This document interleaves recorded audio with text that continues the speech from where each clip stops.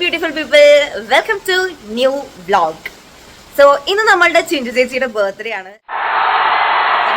ഞാൻ അപ്പ അമ്മ കൂടിയിട്ട് ചിഞ്ചു ചേച്ചിയുടെ വീട്ടിലേക്ക് പോവാണ്. അവര് ഇന്നലെ എത്തിയിട്ടുണ്ട്. രാവിലെ ചേട്ടനും ചേച്ചിയും മുരിങ്ങൂര് വീട്ടിലെത്തിയിട്ടുണ്ട്. അപ്പോൾ നമ്മൾ അവിടേക്ക് പോവാണ് കുറച്ച് ഗിഫ്റ്റ്സ് ഒക്കെ ആയിട്ട്. സോ ഇന്നത്തെ ഒരു സൺഡേ ഫൺ ഡേ എങ്ങനെയാണ് നമ്മൾ സെലിബ്രേറ്റ് ചെയ്യാൻ പോണെന്ന് നോക്കാം. ഇതാണ് എൻ്റെ ഗിഫ്റ്റ്. ഇത് അപ്പയുടെ അമ്മയുടെയും ഗിഫ്റ്റ്.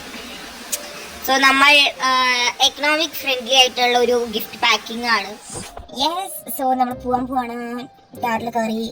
അപ്പം ഇനി നമുക്ക് അവിടെ പോയിട്ട് കാണാം. പോകുന്ന വഴിക്ക് നമുക്ക് കേക്ക് വാങ്ങിക്കാനുണ്ട്. കേക്ക് വാങ്ങിക്കാൻ ഞാൻ പുറത്തിറങ്ങില്ല, ബിക്കോസ് എനിക്ക് ചെറുതായിട്ടൊരു കോൾഡ് പോലെ വരാൻ തുടങ്ങിയിട്ടുണ്ട്. സോ ഞാൻ പുറത്തൊക്കെ ഇറങ്ങില്ല, അപ്പോൾ പോയിട്ട് വാങ്ങിക്കും കേക്ക്. നമ്മൾ ഓൾറെഡി ഓർഡർ കൊടുത്തു. സോ നമുക്ക് കേക്കും വാങ്ങിച്ച് പോവാം. നല്ല മഴയാണ്, എങ്ങനെയാണ് റോഡൊന്നും അറിയാൻ പറ്റില്ല.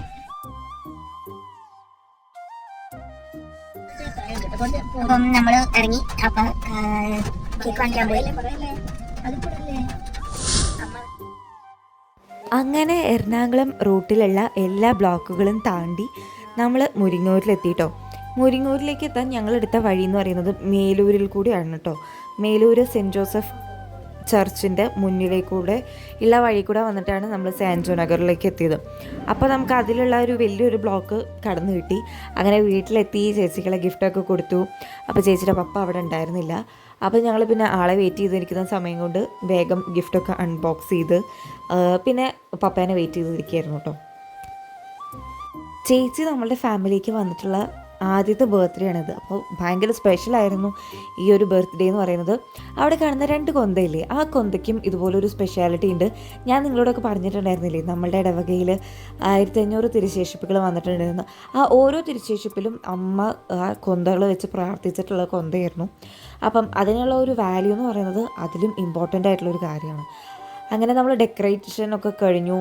ഞാനല്ല ഡെക്കറേറ്റ് ചെയ്തത്, നമ്മളുടെ കിഡോസ് എല്ലാവരും തന്നെ ഉണ്ടായിരുന്നു. അതായത് ചേച്ചിയുടെ കസിൻസ് ആയിട്ടുള്ള എല്ലാ കസിൻസും ഉണ്ടായിരുന്നു. അപ്പോൾ അവർ ഇന്നലെ രാത്രി തന്നെ ഒരു സെലിബ്രേഷൻ നടത്തിയിട്ടുണ്ട്. അതിൽ നിന്നുള്ള സംഭവങ്ങളാണ് നമ്മൾ വീണ്ടും വെച്ചിട്ട് നമ്മൾ ബർത്ത്ഡേ സെലിബ്രേറ്റ് ചെയ്തത്. ഞങ്ങൾ കേക്ക് വാങ്ങിച്ചുകൊണ്ടായിരുന്നു, അതുപോലെ ചേച്ചിയുടെ മാമയും കേക്ക് വാങ്ങിച്ചു കൊണ്ടുവന്നിട്ടുണ്ടായിരുന്നു.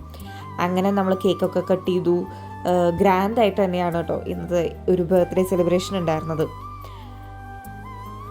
കഴിഞ്ഞ മെയ് മാസത്തിലാണ് ചേട്ടൻ അപ്പയും അമ്മയും കൂട്ടിയിട്ട് ചേച്ചിയുടെ പെണ്ണ് കാണാൻ വേണ്ടി പോകുന്നത്.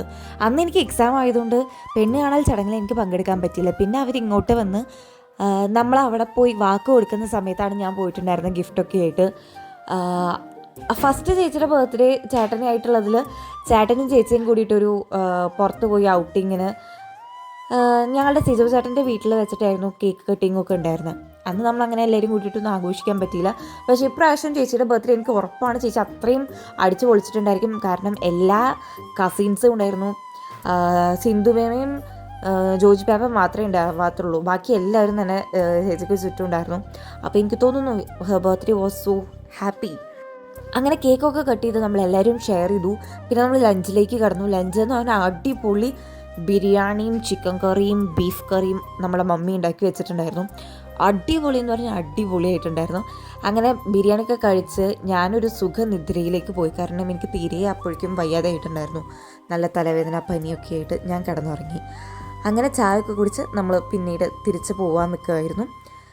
ചേച്ചി അവിടെ സ്റ്റേ ബാക്ക് ചെയ്തു. കിടുമോളും ചേട്ടനും മാത്രമാണ് നമ്മളവിടെ തിരിച്ചു വന്നത്. തിരിച്ചു വരുമ്പോൾ ചേട്ടനാണ് വണ്ടി എടുത്തത്. KSRTC വരെ ചേട്ടൻ വണ്ടി എടുത്തു. പിന്നീട് ഞാൻ ഇങ്ങോട്ടേക്ക് വീട്ടിലേക്ക് എടുത്തു. അങ്ങനെ ഒരു ഫൺ ഡേ സൺഡേ ആയിരുന്നു ഇന്ന്. നിങ്ങളുടെ ഈ സൺഡേ എങ്ങനെ ഉണ്ടായിരുന്നു? അടിച്ചൊളിച്ചോ?